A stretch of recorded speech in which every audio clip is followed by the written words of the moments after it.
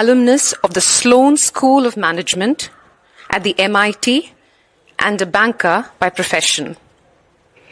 His passion, however, is in art history, and over 3 decades and more, he has accumulated a vast repository of material on world history, literature, dance, art, music, film, and theatre.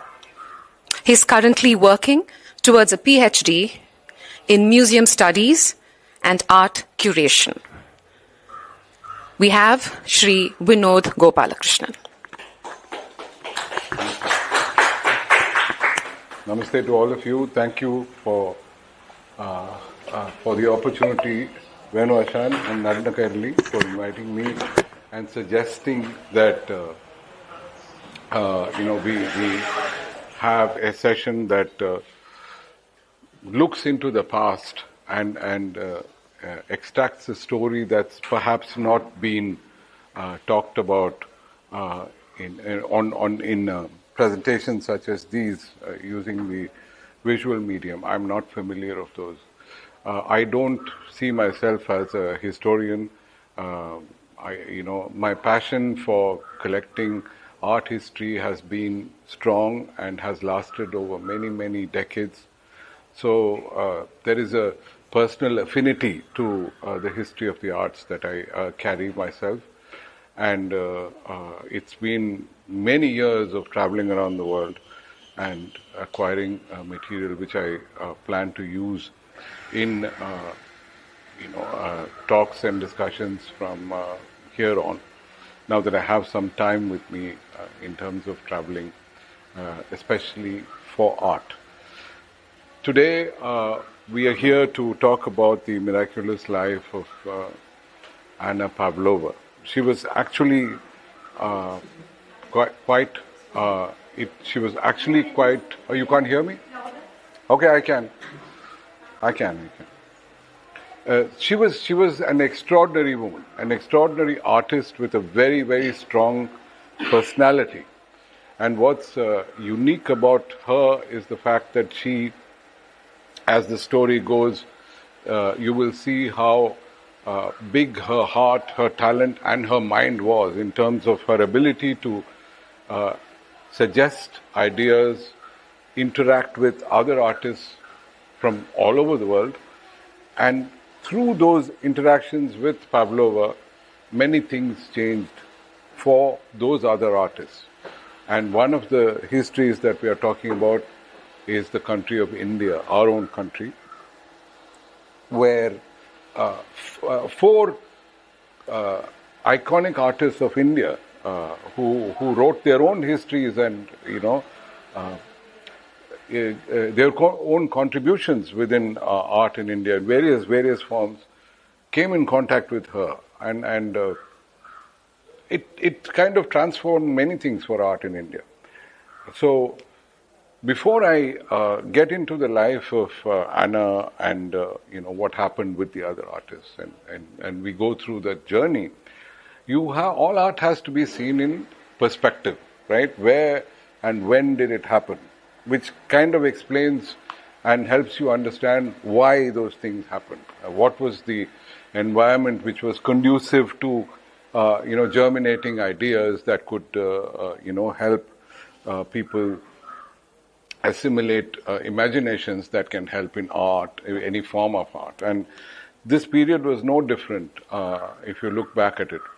So we are looking at the late 1800s, so about around 1880 or so. Let's look at that period. If you look at Europe, with Russia in particular, in the Austro-Hungarian Empire was still very much in power. The Russian nation, the nation of Russia, was still ruled by the Romanovs, and with all their grandeur and pomp and power, being unaware of what was about to befall them in about 20 years' time. They were not aware of that. So this was a very different time. England was still, Queen Victoria was reigning, and Europe was not yet into the phase of even the First World War, although there were many other wars that were happening.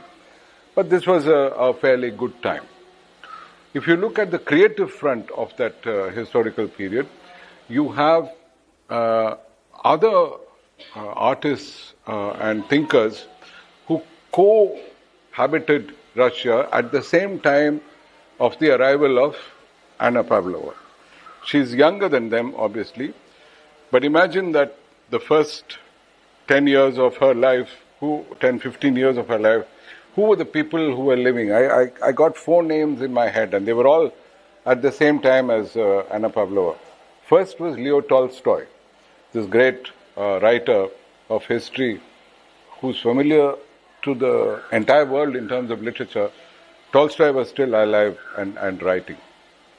Second, from the world of theatre, Konstantin Stanislavski, who's iconic figure when it comes to the world of theatre, and his process in method acting, which was taken over by Stella Adler and people like that. And then you have today Robert De Niro and actors like that who followed that progression of learning which came from Konstantin Stanislavski, pardon my pronunciation. So he was there as well. From the theatre world again, a reasonably young Anton Chekhov was there, the famous Chekhov. He was writing plays then. So these were the 3 from the art. And then the last one I remember was Vasily Kandinsky, the abstract painter. He's also become an icon after that period, and later in the 1920s, 30s.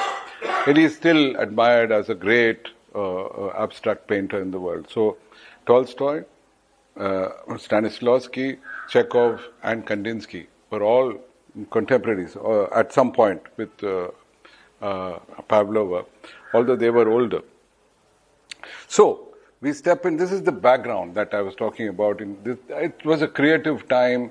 It was also, a struggle within Russia because of the demographics. Now, the Industrial Revolution had taken place pretty quickly in Russia, and what it meant was that there was strife, and there was some, I wouldn't say some, more than some. There was a level of unrest among the workers' class, which kind of culminated later into the October Revolution, which changed the whole of Russia.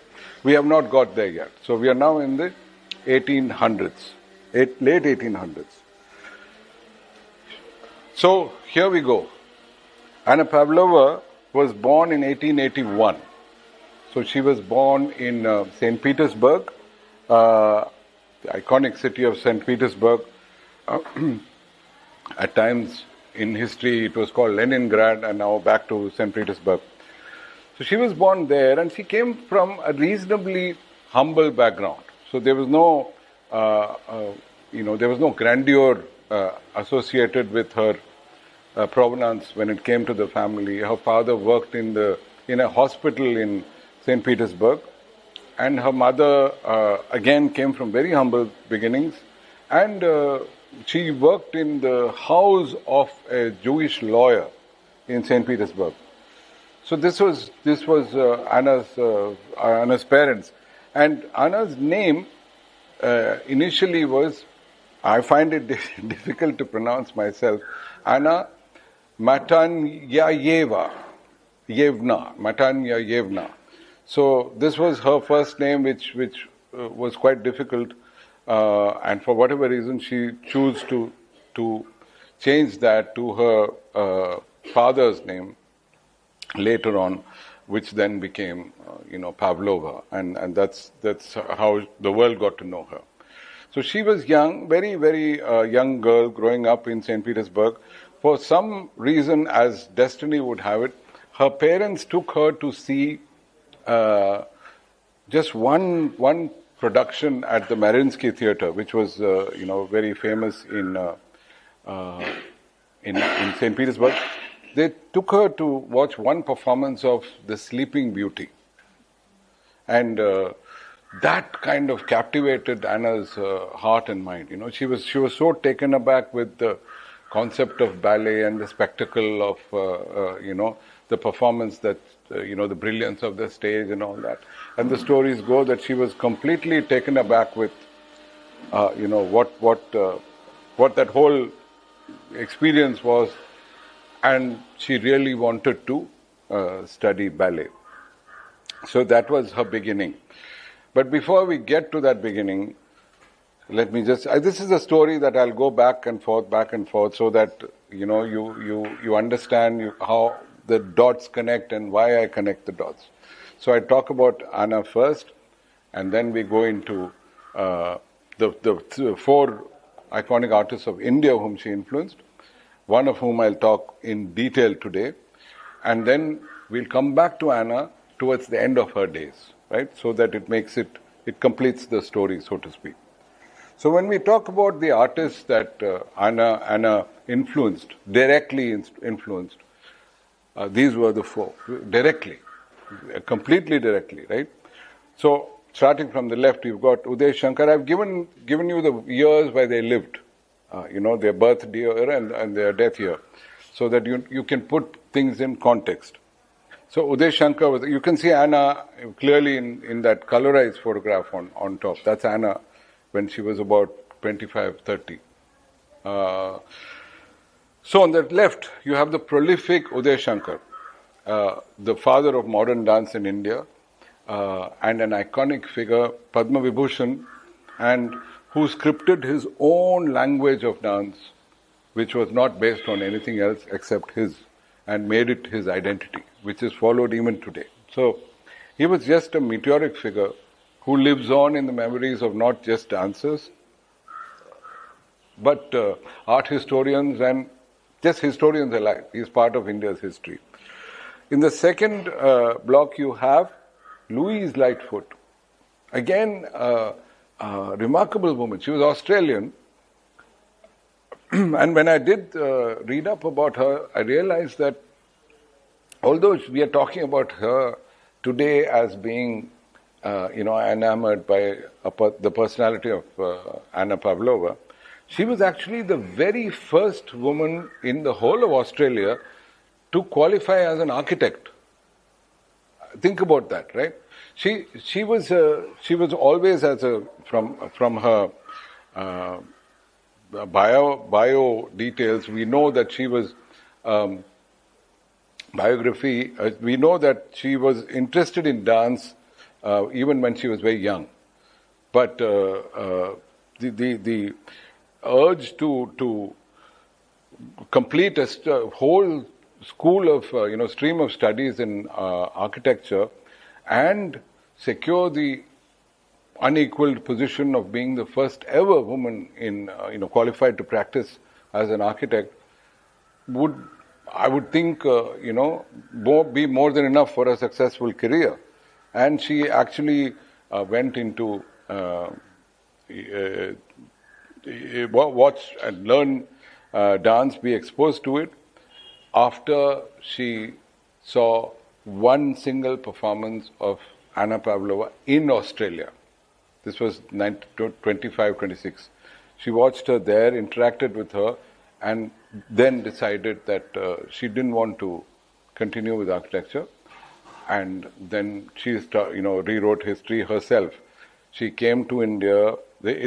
Today, I'm giving you brief snippets about Louise Lightfoot, followed by Madame Menaka. I'll talk about her briefly.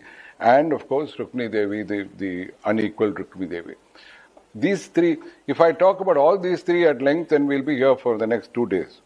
So that's why I am restricting my talk today to talk about the life of Anna and go into detail about how Uday Shankar, the icon, was inspired by her extremely capable man, but that fire had to be lit by somebody, and it happened to be Anna.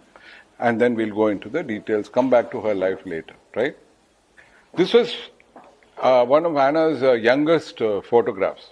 So she's about 5 years here today. So remember, she was born in 1881. Another artist who was born in 1881, again an iconic artist, is Pablo Picasso. He was also born in the same year. Although Picasso passed away in 1973, Anna was not that lucky. And I'll talk to you about that later. So this is Anna when she was very young. And on the right, she's about 8 years old. But in the middle is when I told you she went and watched the first performance of Sleeping Beauty, choreographed by Marius Petipa, whom also I'll talk about, the choreographer at the Mariinsky Theatre. This was her first ever performance. And if you want to know where she is, she's the one leaning on the other girl's shoulder in the middle when she's kneeling down in the dark desk. That is Anna. So this was her very first performance at the Mariinsky Theatre, and then from there she joined them in 1891, and then she had graduated by 1899. Yeah. So this is the magical Mariinsky Theatre at St. Petersburg. It's a tremendous, spectacular opera house and performance attire. So this was exactly, and it's wonderful that we are still sitting here today discussing the Mariinsky Theatre, which is the same stage where she danced as well. There were other dancers after Maya who graced that stage. The names that come to me today are Galina Ulanova was there. She was great. And the third diva that was also in Russia, certainly in the 50s, 60s, Maya Plisetskaya, very, very big diva. But those two also looked up to Pavlova as a history, as the one who kind of laid down the script, so to speak. So this is the Mariinsky Theatre. Pavlova joined in 1890 and graduated in 1899 as an instant star. She was absolutely dazzling. And what she is credited with, I see from history, is that her style of dancing was enchanting and so interesting that people commented that she had contributed to bringing back romantic ballet as it used to be, So it was not the usual sensitivity that artists brought or ballet dancers brought to the stage. She had something else. So I don't understand the intricacies of ballet, I must confess. So I cannot tell you what those sensibilities are, but I can imagine, having known and understood Indian classical dancing, I can understand what they're talking about. I kind of differ. So where did all this magic come from? These were the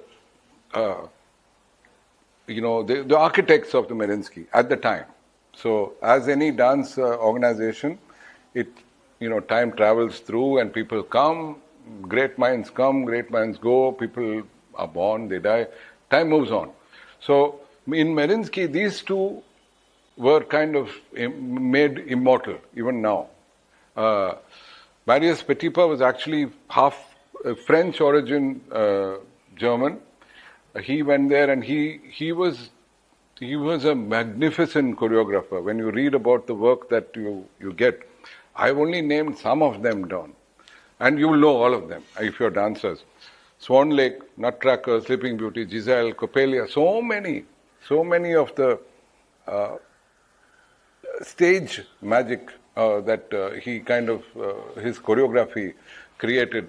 And in parallel with his brilliance, you've got Pyotr Ilyich Tchaikovsky, who's just one tune of Swan Lake kind of mesmerizes you, and it kind of invokes all those memories when you listen to that track. So these two combined together to create some endless, immortal kind of pieces for the ballet and the performance stage.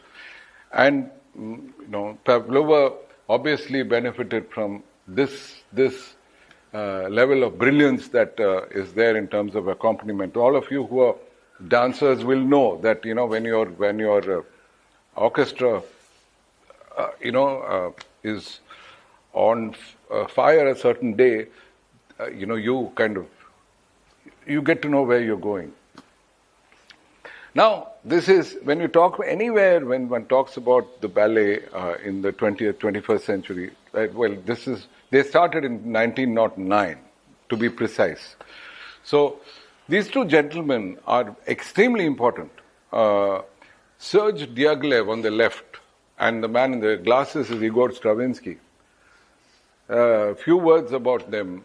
Diaghilev was not a dancer, not an instrumentalist, not a painter, not anything. He was a great, great entrepreneur in terms of being able to galvanize support, in terms of exciting people, understanding, putting art and artists together, organizer par excellence at that time. And it was his idea at those days to actually come. He found that Paris was an enchanting city at that time, and then it goes straight into, while Russia goes into the revolution, Paris stays and enters what is known as the Belle Epoque, the beautiful age from the 1920s to the 1930s. That comes a little later. Here you were talking about 1909, when the Ballet Russe, the company at the bottom, with Diaghilev's name in it, right? That's the one he starts first. Later, we are not going to those specifics in now about the company, but as with so many other companies, you'll have certain differences of opinion and stuff, and they split, and one of them becomes Theatre de Monte Carlo. So, Ballet Russe also becomes Ballet Russe de Monte Carlo later on, but that's not important today. Very much a superstar at that time. Anna was very much part of the Ballet Russe. Diaghilev spoke to her, she came, she performed with them. For about 2 years is what I know about. There were lots of people. The importance of Ballet Russe was so much because Diaghilev brought so many of the important composers. Michael Fokine came in, Leonid Messine came after that, years after that also, George Balanchine. And George Balanchine came to Paris first and then came to America later on. And he is the one, what you know as the New York City Ballet today in America is actually established by George Balanchine, who came from the Alexandra Danilova also went, all part of the Ballet Russe. So she was part of it for about 2 years or so, but she was so spectacularly talented that she felt that she can do solo. She can, do her own shows and then become what we seldom associate with the negative, but it's not really negative when you call a woman or a lady, a performer, as a diva, right? So that's what Anna was by about 1911, 1912. And that's where her personality and thought process all began in terms of how she wanted to see the world, and hence her travel and tours. And her experiences during the ballet company were people like this. So you have Anna on the left. She's also grown up now. You saw her as a little girl. On the right is Václav Nijinsky. He was known as the most iconic male dancers of the 20th century. He was just absolutely tremendous. Some footage of his amazing dance is also available on YouTube. You can watch it. And everything that I read is that the man was just something else. He was just ethereal. And this is the... if I'm correct, it is still from the Sacred Rose. But he was also part of the two great compositions of Igor Stravinsky in Paris, which kind of birthed the era of modern era of stage dance or stage ballet, where they choreographed, or they imagined and created the Rite of Spring in 1911, 1912, one of those dates, and The Rite of Spring and The Firebird. And that, there was a howling mob, nobody liked it, and there was a lot of protest and all that. But at that, those two performances actually completely overturned the outlook of what people had in terms of expecting a standard ballet performance, or what it should be, like Sleeping Beauty or the traditional stuff that you watch. So it, he was also part of that. Anyway, he was an extremely physical person, from what the records say, and also very, very creative and very, very temperamental in terms of his personality. But that later on came to be understood as a problem that he had, which was more schizophrenia, unfortunately, for somebody like this. And by 19, he performed, although his legacy is very, very big, he performed only for a short while, for about 8 years or so, in active performance. And in 1919, he had to be institutionalized.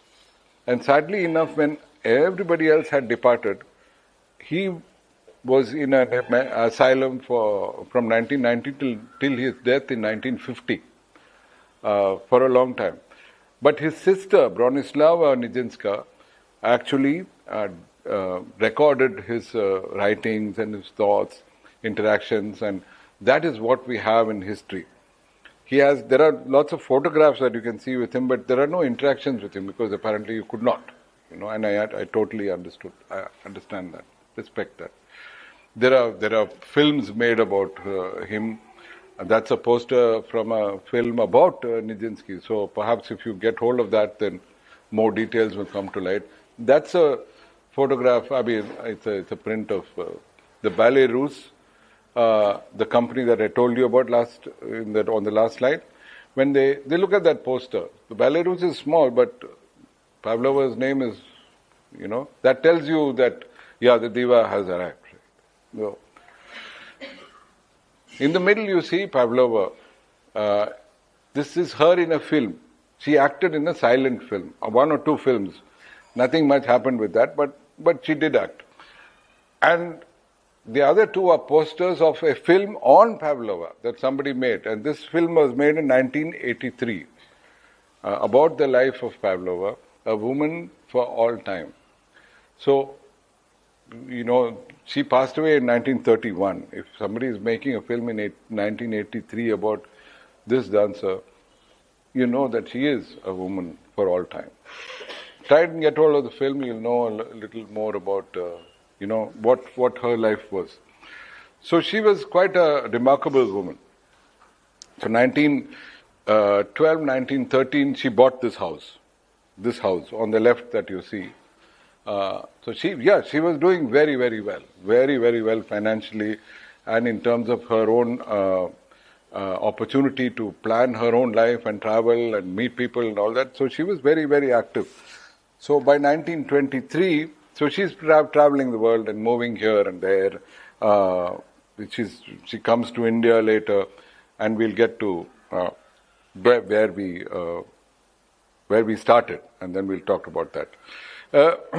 So she's an independent artist by this stage, world famous icon, everybody knows her, and she wants to begin work on a new tour. She's been touring with her ballet and all her traditional ballet work that she's been doing successfully. But all great thinking artists are like this. Suddenly she wants to do something with Indic dance, and this is the time when interest in the Orient was growing. Orient is the East, India, and then of course the Far East, China, Japan. All these were places that were not as common as one could be when it came at least to familiarity among the middle classes. Of course we were still colonized then, but there was a lot of interaction anyway. So she's intrigued by in Indic dance, and then she wants to do something to include 1 or 2 pieces in her own repertoire for the next choreography. But she doesn't know exactly how to go about that. But she has a friend. She has a friend in London who is Sir William Rothenstein, who is the principal of the Royal College of Arts. And at the Royal College of Arts, there he tells Anna that there's a student there who's come to study painting. He's come from India. He's come to study painting, and he knows he does some dancing. We don't know what it is, but he's the only one that I can recommend to you. So that is one. That's perhaps the true aspect of the story. There's also one other aspect which I've not put here, is that apparently Uday Shankar had gone to a club and danced something, done something. He's not a trained dancer at all. Never learned from anybody at all. So that's what is astonishingly different about Uday Shankar, which a lot of people don't know about. They think he's like, formally, like one of you all who've gone to a guru and nothing. He had no training. This is just the brilliance of the man. So again, William Rothenstein said, maybe this person knows something. So he put her in touch with, this is Anna now. You can see the diva in her, right? So this is actually not from her normal life, it's from the stage. This is, the Pharaoh's Queen or something like that, which is the opera that it's come from. So here, this is the young art student who was there. He was here studying art there. His father, whom I'll talk about, was already in England. He was studying there, and his father actually worked for the Raja of Jhalawar, a state in Rajasthan, and he was a diwan there. But father was educated in Geneva as well before, so he was very much an anglicized Indian. And he had his first wedding was with Hemangini Devi, who had 4 sons. The first of the sons were Uday Shankar, second was Ravi Shankar, the sitarist, third was Rajendra Shankar, and the last one was Devendra Shankar. You'll see all of them that I'll talk about. So in 1923, Anna Pavlova meets Uday Shankar for the first time. And in 1930-31, he would be traveling the world. So imagine what, with his own company and all that. So the speed of events and his mind and, whatever that happened. And for the time, remember those times. We don't have the digital age or the phone or, whatever. So very, very difficult. The first piece that they worked on is this. It's called Radha Krishna. It was composed in 1923. And here you go. You got the photographs of Pavlova as an Indian lady and Radha. And you have Uday Shankar as Krishna. So I don't know if there is enough footage of this, or I'm not sure. If one of you knows it, please educate me. So this is from 1923. And the second composition was called A Hindu Wedding. And there you've got Uday Shankar and the 2 dancers, what's supposed to be a Hindu wedding. So this was the beginning of Uday Shankar's association with Pavlova. And following this, Uday Shankar worked with the Pavlova company, with her and her dancers, for more than a year. So he traveled with them and he spent a whole time with them. And the entire world of art and the Royal College of Art was all forgotten. He never went back to that. So he never left dance after that. But that's why I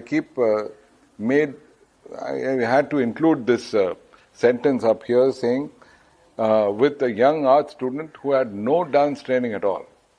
So he had nothing. He had viewed Indian dances and familiar with that, and with that he, of course, with his artistic sensibility, he kept moving on. Then, when Uday, on one of his trips to Switzerland, again the story goes that he happened to meet Alice Bonner, this lady in this photograph. What an iconic woman. She was just unbelievable Indologist and historian. She was much younger then when walking around the museum where she happened to meet, both happened to meet Uday Shankar and her. And she was very interested in the East as well as in India in particular. And she happened to be a visionary mind, absolutely visionary mind. So visionary that in the middle you see there's a door there, and then above the door it's a little squashed image. What it says is the Alice Bonar Institute in Varanasi. She actually came and she lived in Varanasi for decades and decades. She became a research scholar in India, for those who don't know Alice Bonar at all. And she was a magnificent photographer. We are sitting in Kerala today, I'm talking to you from Iryalkuda. This was a woman who was coming here in the 1920s. 1920s she came, and in the early 1930s she came just before Kalamandalam was opened as an institution. She came in. Even after it opened, she came in. It is Alice Boner's photographs that you have, beautiful photographs of people like, Kalamandalam Krishnan Nair, Kalamandalam Gopi, Kalamandalam Madhavan, Guru Gopinath, Kelu Nair, Anand Shivram. These are the first batch of Kathakali students from Kalamandalam. There were no batch before that. These are all of them. So she's photographed them. Beautiful photographer. Unusual angles and, fantastic, very artistic, right? So she's a thinker, painter, sculptor, writer, and then came to be a fantastic Indologist. She was just out of this world in terms of her thinking, writing and material. You see everything that's going on. That's her photograph. So it's not a normal photograph of what one would expect in those days, in the 1920s. This is not what you would expect. And on the right is her own sculpture of that frieze. This is Uday Shankar, a young Uday Shankar. Right is a sculpture by Alice Boner. And in the middle is a diagram of the Nataraja and her own analysis beginning. She's a massive historian and Indologist writer. That's her own art. She draws with her hand. I'm only giving you a snippet because Alice's life in itself deserves a 4-hour talk, and it has her own amusement in terms of the amount of material that is there. Most of her material now is in the Reichberg Museum in Zurich, Switzerland.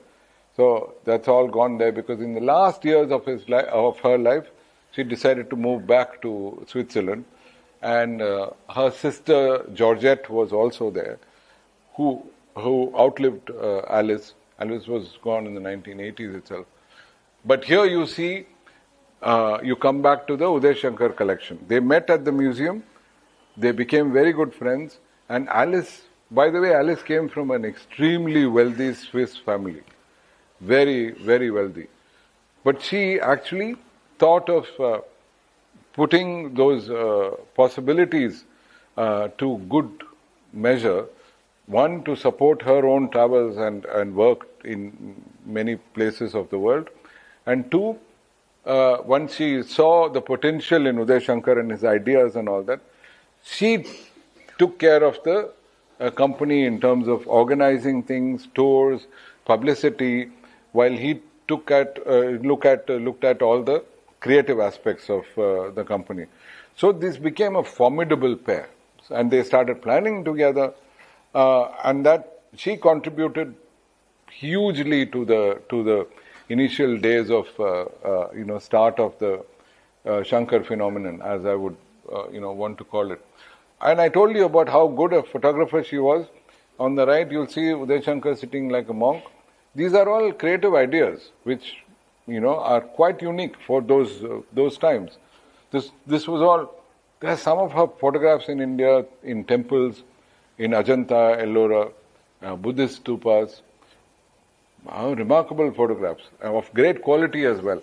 And remember, she was not carrying her camera in her bag. She had to. Those cameras were that big then.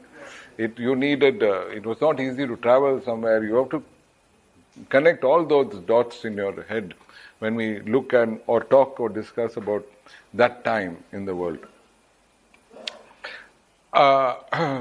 This is something that I don't know if a lot of company directors do. I would hope they do. But Uday Shankar was very particular that he directed and controlled every single aspect of the company. So there is one, I think it is Shambhu Mitra or somebody who interviews Uday Shankar towards the end of his life.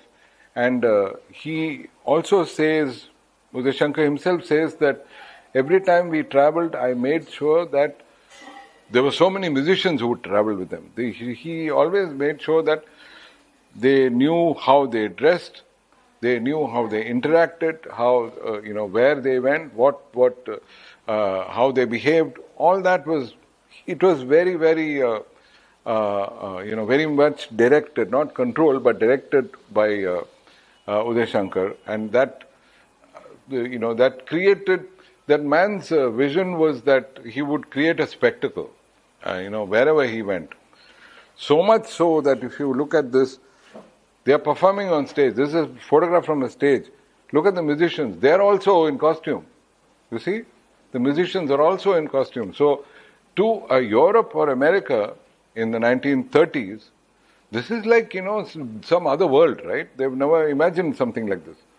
So, it transports you somewhere else. Oh, that is the look at that. The elephant and Shiva is there. Remarkable ability to imagine something like that and also physically make it happen and persist with it as you move along. When at the peak of their career, when the Shankar ensemble traveled, the records show that they had about 150 instruments. 150 instruments. So you cannot forget a show like that if it all comes up. So that was his intent, just dazzle the audience, which he did brilliantly. So he was not the only dancer. He handpicked other dancers that he could include into his company. So here on the left you can see the lady who's there with Uday Shankar. Her name is actually Simone Barbier. Simone Barbier, and she's actually French, and she's a pianist. She was a pianist. So he met her, and she was a pianist, and they got together, and he transforms her into this fantastic dancer. My father has seen Zimki and Uday Shankar dance together, and he said, yeah, she was something. And that's her dancing, and she was with him for 20 years, all through their tours, in terms of wherever they went. On the right is Uday Shankar. I think that is still from Kartikeya. One of his pieces was called Kartikeya. Zohra Sehgal, you might know her as an artist, TV dramas, movies, and all that. Remarkable actress herself, actor in a female role. So that's Zohra as a dancer. She was very much as a dancer with the Uday Shankar troupe. Not just Zohra, her sister as well. Uzra was her sister. Both the sisters travelled with the Uday Shankar troupe. And that's another still of Uday and Zimki on the other side. So this is in America. Look at a full page or, of a newspaper, major newspaper having this. All your publicity, all your, dance scenes on top, and then, Sol Hurok, who was the Salomon Hurok was his whole name, but he used to call himself S. Hurok. Invented this Shankar, some kind of exotica, into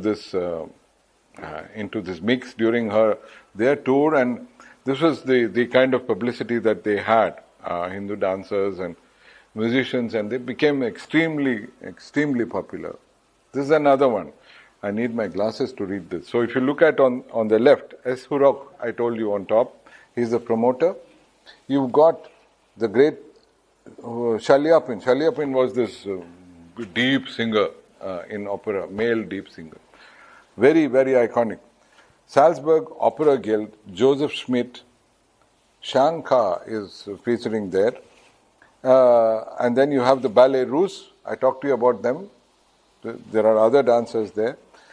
And then Arthur Rubinstein, great pianist, is also being promoted there. So he had reached there, he had reached this level of the Vienna choir boys, and of course the Polish Quartet and Jean Tourelle. This is about, the topmost rung of performance tours that you could get to in America at that time. He'd already got there, and that was the greatness of his vision and ability to get through. Again, so you have Zimke on top. Those two photographs are of her. One is colorized, I think, or whether it's in color, no.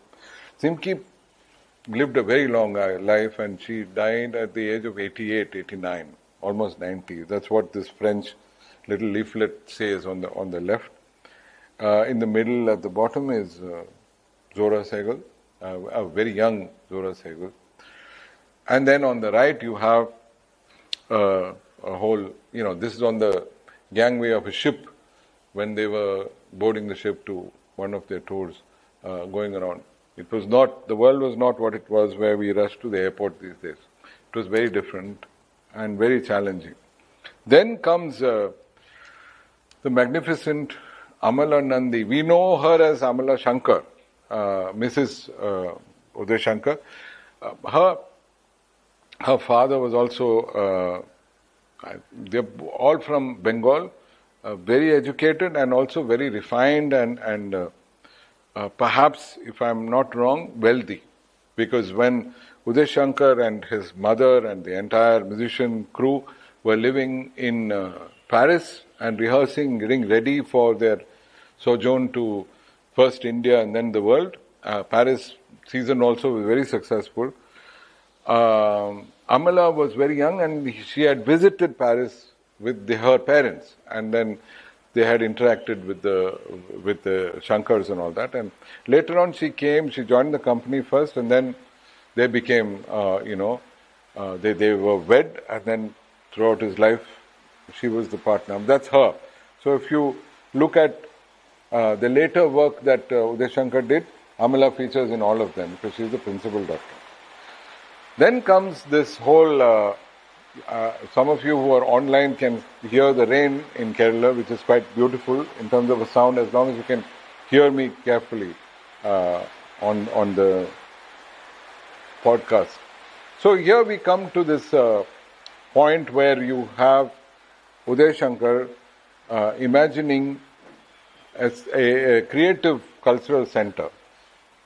Two reasons they might be there. One is that he had actually brought this idea up to the front in terms of his thinking and then decided to give it light and make it happen.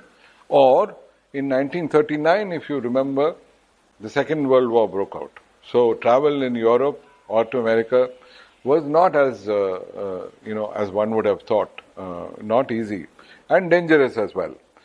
So at that time, since they were in India, maybe he kind of put his plan into place and made it happen quite brilliantly, I might say. So this is where you see the birth of the Uday Shankar Cultural Center. This was a very beautiful hill station in Uttarakhand today. Very, very spectacular and beautiful place. He started this institution, and on the right you see a whole plethora of people sitting there. I will tell you at least some of the most important ones as we move along to the next slides. Those are teachers right up front, in the middle, and then on the back.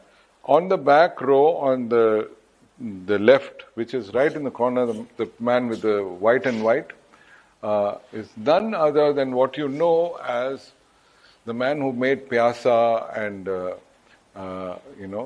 Sai Bibi or Ghulam. That's Guru Dutt. Guru Dutt was a dancer with Uday Shankar and troupe before he became an actor. Ravi Shankar, the great sitarist, was a dancer before he became a sitarist. A lot of people don't know this. He was a really good dancer. So it was it helped his music as well. These are all the secrets that this place carries. On the left, you see the great gurus at Almora.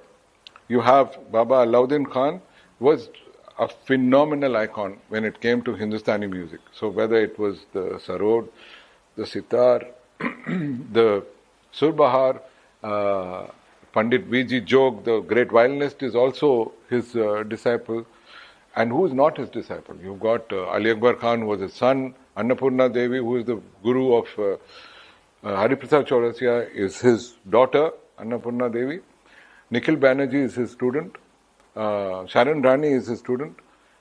This one man was unequaled genius when it came to Hindustani music. And in this room, there's only one man who's actually met Baba Alauddin Khan, and that is Venuji himself, who made a trip to see him. In the middle, you have three doyens of the Gharana there. You've got Shankaran Totam Shankaran Nambudiri, his Kathakali guru. You've got Baba, of course, in the middle, and then Kandappa Pillai, of Natvanar guru, also very, very revered. And the last time I heard was Nandini Ramani ma'am talking about him and interactions with him and his work. I think his work with Bala also. On the right is Manipuri guru Amobi Singh. All of them, Uday Shankar got them. These were the topmost people in India, living in Almora with all these artists, exactly like a place like this, like Nanna Kairli, but bigger and in the mountains. That's all. Conceptually, it is the same thing. People come here like you do. From time to time, they learn things. They better themselves as artists, and they mature, and then they leave, and they paddle their own boat in, on their journey in art and wherever they go to. So this was the same concept that he began, and it was a very creative space. This is a rehearsal, production rehearsal at Almora for readiness for where they're going next. So there could be students there. There's also a company. The company dancers are always there, so they'll do all this production and preparation for their next piece and next tour. The World War started on the 1st of September 1939, and it finished in May 1945. So a long time, for artists to not do anything, and more than five plus years. It's not easy to carry a company like this and run around with no income and all that. At any time, even then and even now. Students at Almora, this was in 1940. These were all young students who would come there and do short courses in dances. This is not the performing arts company. That's a separate thing altogether. On the right, you see this is also from a rehearsal later. Shanti Baradan, again a famous dancer and choreographer. He is directing the women who are dancing there. They are just rehearsing a piece which had to be performed somewhere else. So this was in Hindi you use the word mahol, which is the ambience or the location where they were interacting. Outdoor composition work. You can, the black churidar kurta that ladies. That's if I can wear my glasses. Yeah, that is Zora Sehgal, and then his sister on the left.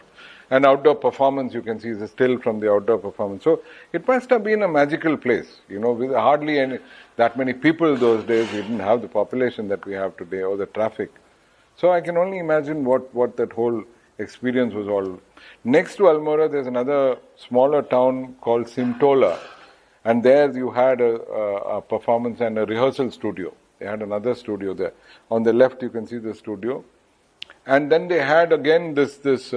My father tells me about this. He had not been to Almora, but he did interact with Uday Shankar sir when I talk about the story next. All these were compulsory.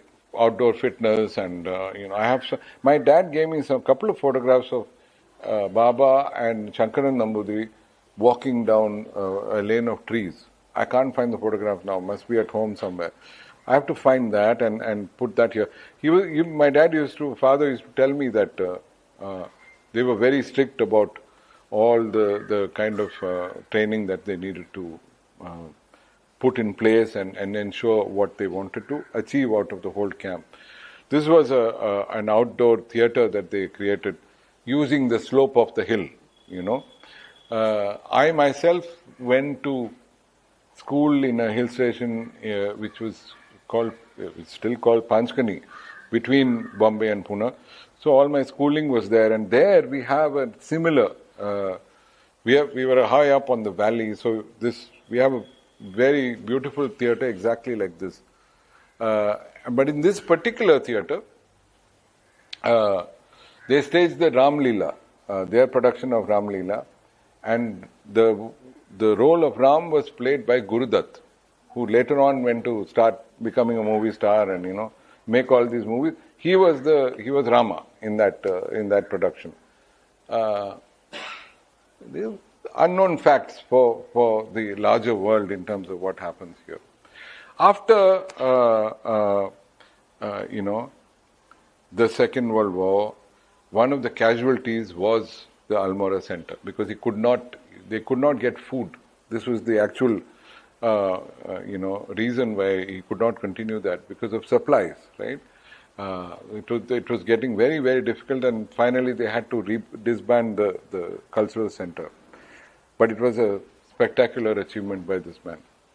After that came this, which is a path-breaking film that he worked on. In my view, I think it was a little early for his, for the time, because commercially it didn't do well. But the fact is that the imaginative prowess that he exhibited through the exercise of the film was something completely different.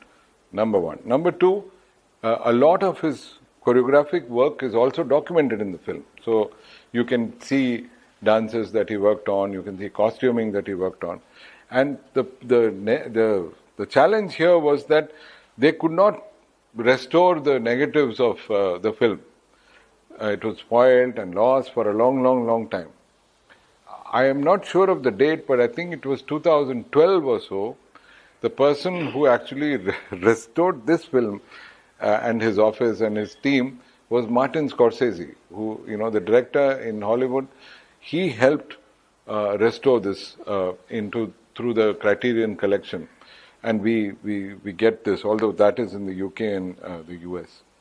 So these are the stills for posters for Kalpana, which means, of course, imagination. All of you are familiar with it.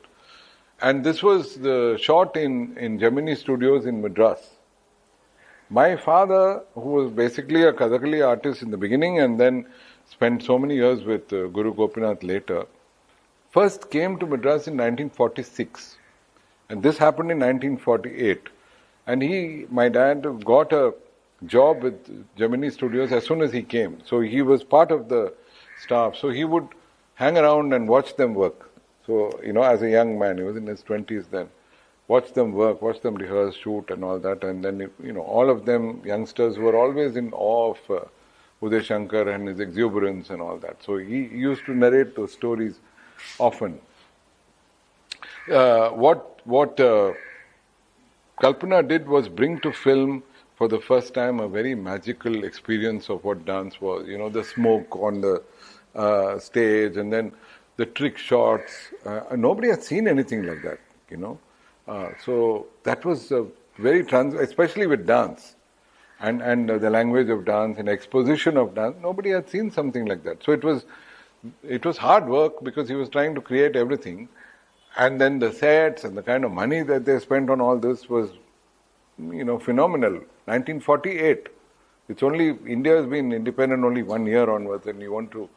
So this is what happened. Benoshan will know. My mother says it could be Lalita and Padmini. Yes, but Padmini on the right hand side. So they were also dancers, Lalita, Padmini, and Ragini. There were three dancers, the Travancore sisters they used to be called.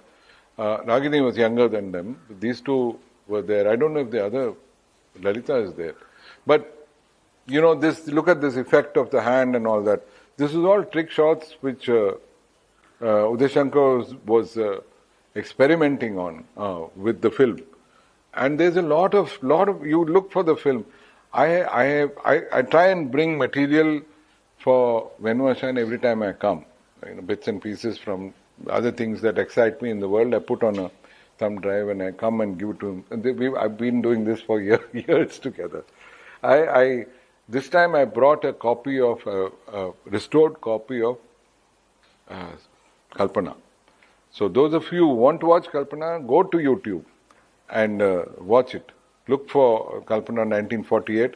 Watch the film. It's a Hindi film. You can see all the dances. Ignore the editing and all that. It's about that time. So don't look at those years with our eyes. They are very, very different. Put on those years, those eyes. So from Kalpana, you move on through the years. And Padma Vibhushan in 1971, Uday Shankar was given this great Indian honor. And he's already a world icon. He's a walking icon. That's George Harrison of the Beatles on the left. You've got Satyajit Ray. You've got Pandit Nehru there, and you've got Tagore himself. And that's a photograph. Tagore passed away in 1941. So obviously this is a little before that. By then he was traveling the world anyway. So the man had already become a world icon. Remember where he started from. Anna Pavlova and those two dances that what was it? The Hindu wedding and Radha Krishna. That's where they started from. He had no dance training, nothing. Look at what he's become. Right? In a very short while, relatively short while, this is where he reached. So if he can do it, anybody else can. If you have the drive and the talent, determination, commitment, sincerity, you need all of that. Without that, you don't get much far. See, the Laban School of Modern Dance London recreates Uday Shankar's Kartikeya. So this is all them. They have recreated this. So when your work, almost, I'm saying 100 years later, somebody in some other country is recreating it, you created an impression. I would think so. You created some kind of impression. That's on the screen. Kalpana is being played, and then they are dancing in front of him. It's quite interesting. So today, Uday Shankar is a national treasure. He's the father of modern dance. Here it comes. My title. What was it? That Pavlova inspired Indian dance, and this. Today we are talking about only one individual. The next talk that I give will be about Louis Lightfoot. The next one, Madam Meneka. Each one has a history like this. Each one of them has a history like this in terms of what they do. So you see, this is actually an extract from Times of India.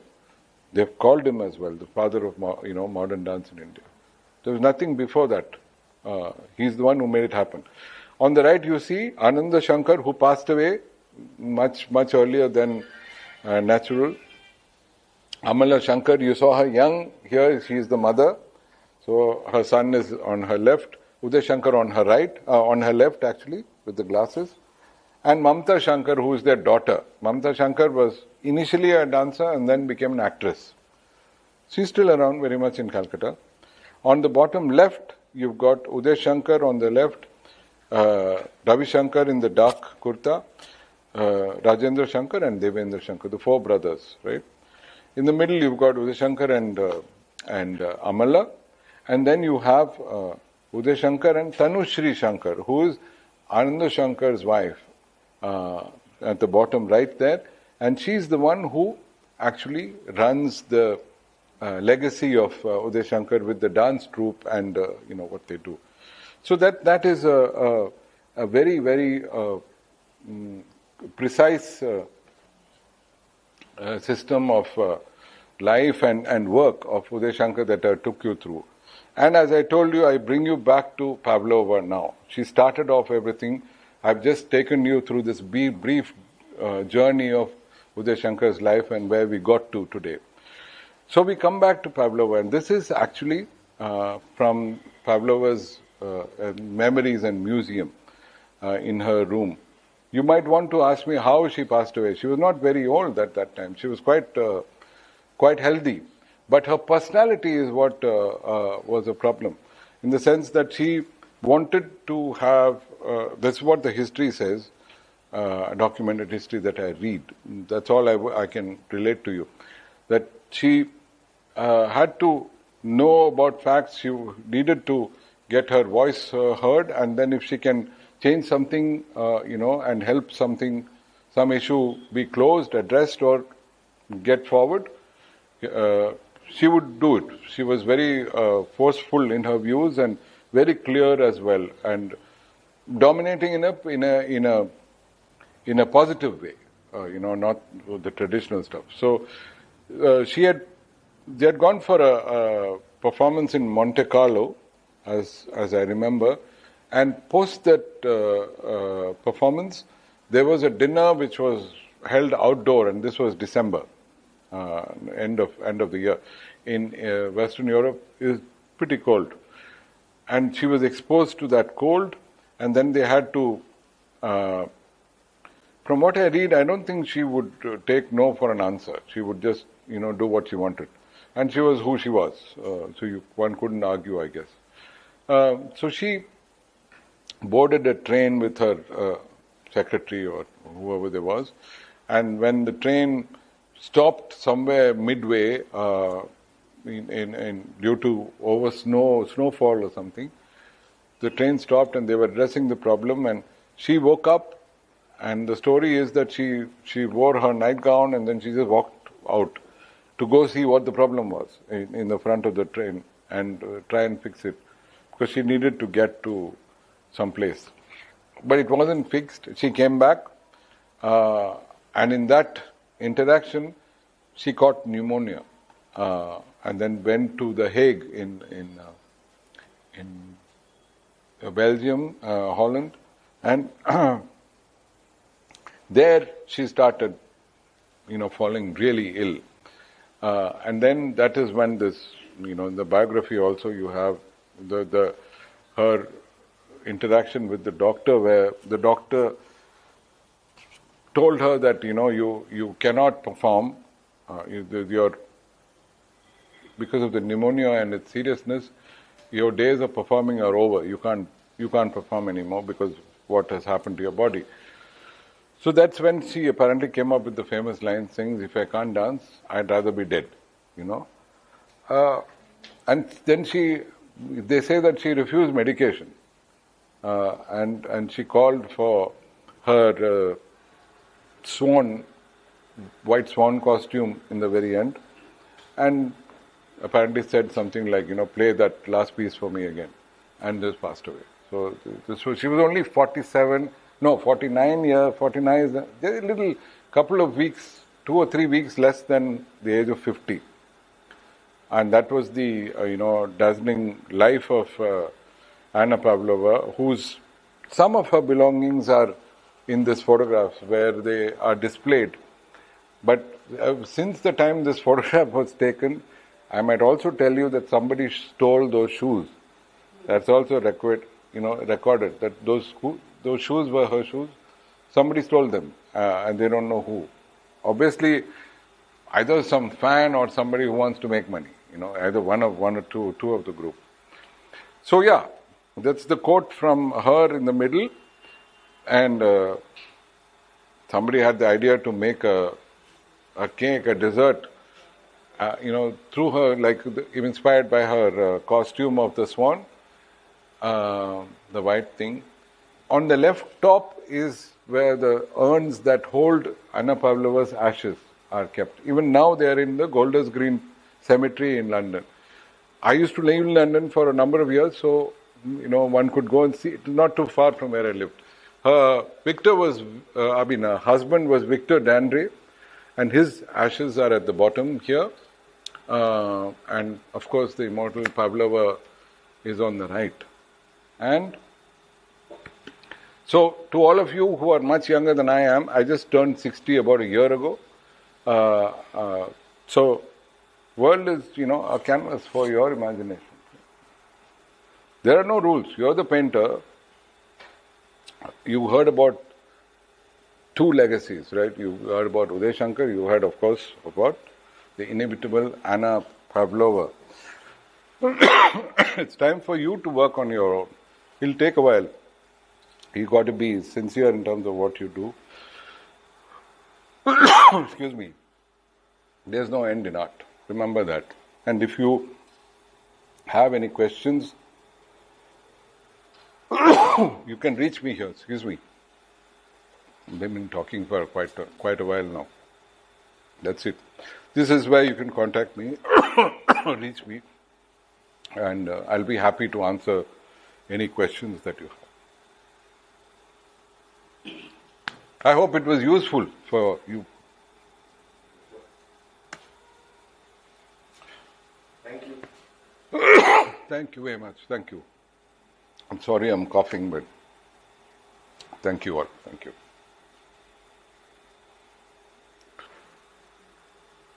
The next time we'll talk about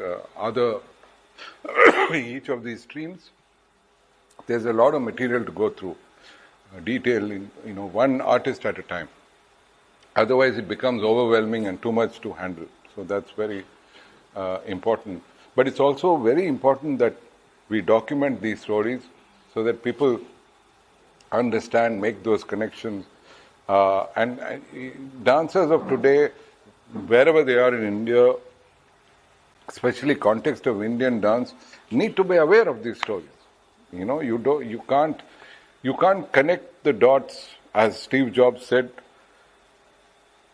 You cannot connect them in advance. You can't plan that way. You can only connect in retrospect, in hindsight. Oh yeah, this person, that person. You can't do that. But history can allow you to do that. If you have documented sources like here, all the stuff that you see here, what you saw on my presentation, are from different places. I don't own them or anything, but for an education session like this, to educate the next generation in terms of their outlook and awareness, whether if it benefits them and if it gives them a kind of understanding of what the next step is, based on the learning that you will get from knowing these stories, it will teach you things in many ways that I cannot think about. People tell us stories. It affects us in different ways. Different people think differently. And you never know who you meet and who inspires you when you're walking down, a place. So there, I work with, writers and dancers, theatre people, in terms of writing, and I help edit things. But this kind of visual history of stories are very important, and they're not documented enough, I think.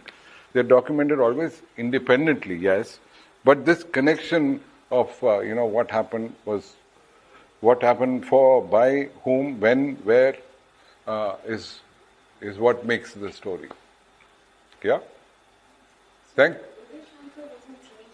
No, he was not trained. Perfection. Yeah. So it was interesting. Was it just through observation and absorption of the icon? Yeah, that was. He was an acute observer. There's absolutely no doubt about that. Because trained dancer, it's difficult to reach that pose. So it was interesting to see how he's. Yeah, in between, he had dancers who were trained, working with him, and then of course you had, Kandappa Pillai. Yeah. They were associated with him earlier as well. You saw them in their avatar at Almora. Totem Shankaran Nambudiri also. In fact, Shankaran Nambudiri was such an intense Kathakali guru that he was actually demonstrating performing a piece which was Raudra on stage. And he was so intense with that he burst his blood vessel, and that's how he passed away. So these were extraordinary people. So yes, at the time he had not. When he started with this inspiration that Anna Pavlova put into him, no, he was not trained at all. And then, of course, they assimilate things, and as you, you're a dancer yourself. When you start putting a company together, you're constantly thinking of, new ways. Let alone a company. I'm married to a dancer. I know how the mind works.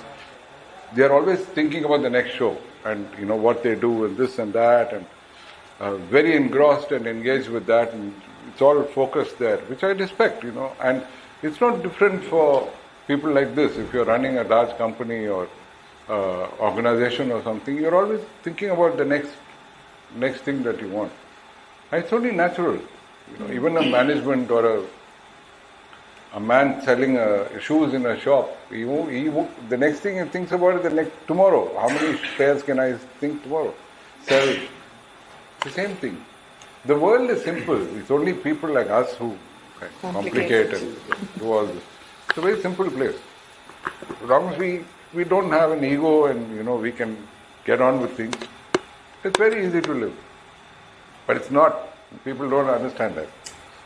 So, but if you have minds like Anna, she spoke. She told Uday Shankar, do this, help. Do, and you have to be smart yourself, right? When you interact with people like that, learn, take the opportunities, move on. If they don't have the time for you, they are big people, right? So they move, get the ideas and move. Atte, Rukmini Devi saw her perform and was completely moved. She got to meet her and asked her whether she could learn the ballet, and she was like 29, 30 at that age. And Pavlova said, no, you passed the age, but why are you looking at ballet? Why don't you look at the dances of India? As simple as that. One is paraphrasing what exactly the conversation was, but that's what happened. And then she came back, and one thing led to another. She had people helping her. George Sidney Arindale, her husband, helped her. Many others from the Theosophical fold helped her. She started the institution Kalakshetra at the Adyar Theosophical Society later on in the 60s, when the Dhananjayans and all were there. That's when they moved to the current campus. And all those trees that you see in Kalakshetra today, it was during the Dhananjayan, Sartaka, all of them were studying there. They laid those trees and watered them. I myself remember when I first went to Kalakshetra, the Kuttamalam was not there. There was no, at one point of time there was no theatre, and then it had fallen off because of a storm. I remember that, and then Appukuntan Nair came, and they built this beautiful theatre. I still remember the inauguration, struggling to get in. There was such a heavenly crowd there. Rajiv Gandhi had come to inaugurate that and all that. So you see a lot of performances there. So that was the story of Kalakshetra. And then of course Atte took it a level higher, because her imagination was also mercurial. Weaving center was there, painting center was there. And she pulled it all together with an infinite sense of grace and aesthetic, when it comes to that institution which has been enthused by so many artists and has produced such wondrous talent from there. So it's all an application of, again, like I said, hard work, sincerity, and commitment to the art form. Bharatanatyam, Kathakali, all the classical art forms of India just requires total commitment. I'm sure the Western classical art is also the same, but here, because it's a very physical art form, you have to have a very, very deep-rooted ability to ensure that your fitness levels are fantastic. And then, of course, all classical grand arts are never easy, and nor should they be. So it needs that effort, and that's what makes it classical. What do you define classical? The classical is defined as what stands the set of time. You see it now, you feel the same thing. 20 years later, it's as fresh. 50 years later, 4 generations later, it's still, a Varnam is still a Varnam. It is performed by somebody else, but it's still a Varnam. It's not that with other kind of arts. They don't live that long. This is true for all art forms. Anyway, taken long to. Thank you very much. Thank you. Yes. Thank you. Oops. Thank you. Thank you. Thank you. Thank you. Thank you. I like to do that. I like to tell stories.